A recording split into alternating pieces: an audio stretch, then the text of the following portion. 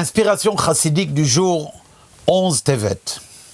Le rabbi Yosef Yitzhak, le rabbi Rayatz, 6e rabbi de Lubavitch, lorsqu'il s'est installé aux États-Unis au début des années 1940, il a trouvé là-bas un état du judaïsme lamentable.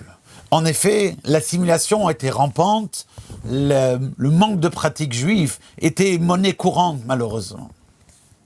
Et à plusieurs reprises, il a répété l'idée suivante.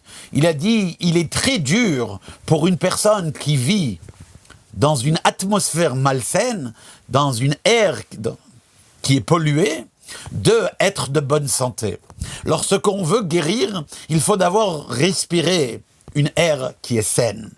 Ce qui est vrai au niveau physiologique est aussi vrai, et d'ailleurs ça en découle, au niveau spirituel. Lorsqu'on veut améliorer la situation du judaïsme dans un endroit, en l'occurrence il s'agissait des États-Unis, mais c'est valable pour tout endroit, il faut purifier l'air. Or la purification de l'air se fait par les paroles de Torah. Il y a les paroles de Torah qu'on prononce lorsqu'on est à la synagogue, lorsqu'on est à la maison d'études, le Beth Midrash, ou lorsqu'on est chez soi à la maison. Bien sûr, ces paroles de Torah-là, qu'on lit à partir de Sfarim, purifient déjà l'air.